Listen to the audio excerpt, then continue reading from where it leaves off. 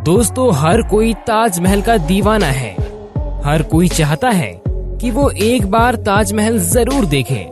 ताजमहल को प्यार की निशानी माना जाता है, जिसे शाहजहां ने अपनी बेगम मुमताज की याद में बनवाया था। ताजमहल यूपी के आगरा शहर में स्थित है। इसे देखने के लिए प्रतिवर्ष दुनिया भर से लाखों की संख्या में पर्यटक भारत आते हैं।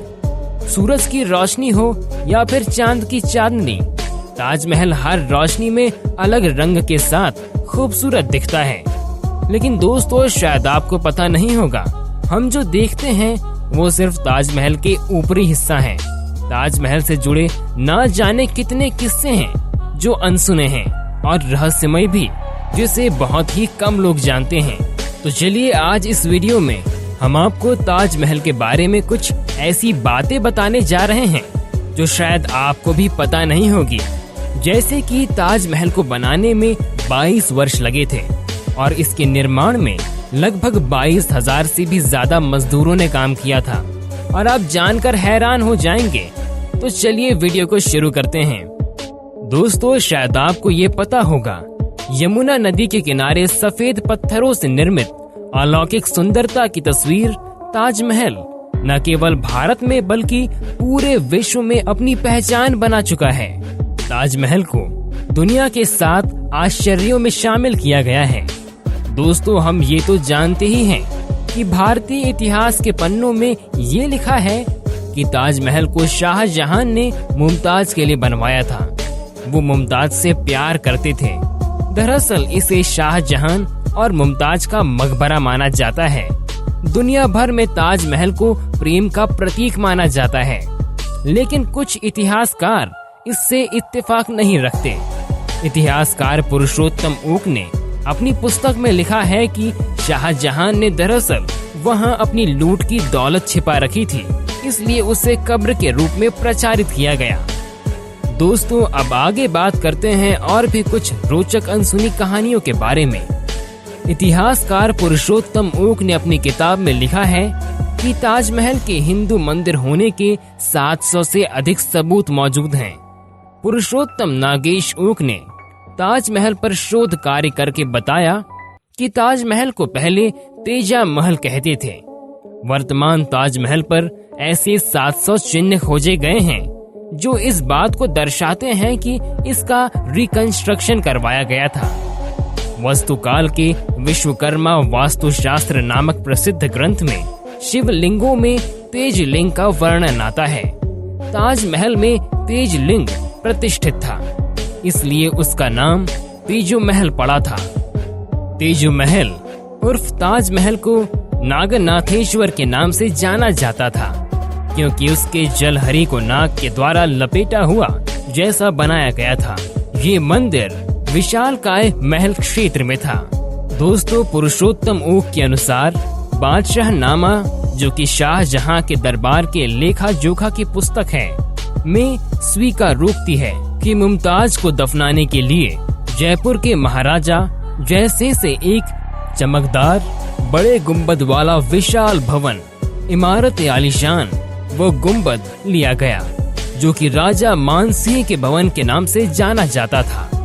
जयपुर के पूर्व महाराजा ने अपनी दैनंदिनी में 19 दिसंबर 1633 को जारी किए गए शाहजहां के ताज भवन समूह को मांगने के बाद 2 फरमानों के विषय में लिख रहा है। ये बात जयपुर के उस समय के शासक के लिए घोर लज्जाजनक थी और इसे कभी भी आम नहीं किया गया। प्रसिद्ध शोधकर्ता और इतिहासकार पुरुषोत्तम नागेश ऊक और भी खुलासा करते हुए कहते हैं कि ताजमहल के रहस्य से पर्दा उठाया है।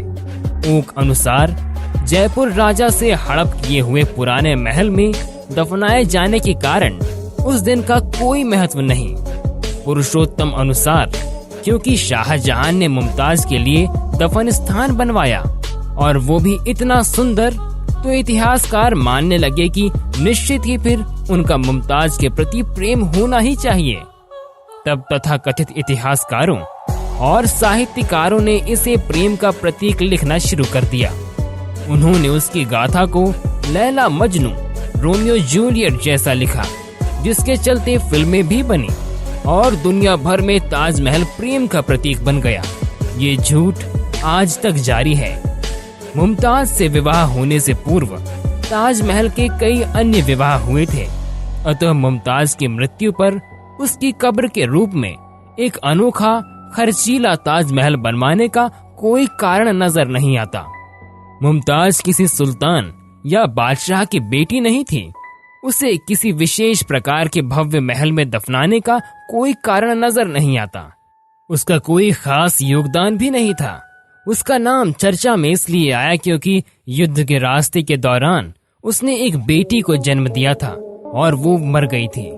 शाहजहां के दरबारी लेखक मुल्ला अब्दुल हमीद लाहौरी ने अपने बादशाहनामा में मुगल शासक बादशाह का संपूर्ण वृत्तांत 1000 से ज्यादा पृष्ठों में लिखा है, जिसके खंड 1 के पृष्ठ 402 और 403 पर इस बात का उल्लेख है कि शाहजहां की बेगम मुमताज अल मानी, जिसे मृत्यु के बाद मध्य प्रदेश में अस्थायी तौर पर दफना दिया गया था और इसके 6 माह बाद तक तारीख 15 मदियल अव्वल दिन शुक्रवार को अकबराबाद आगरा लाया गया।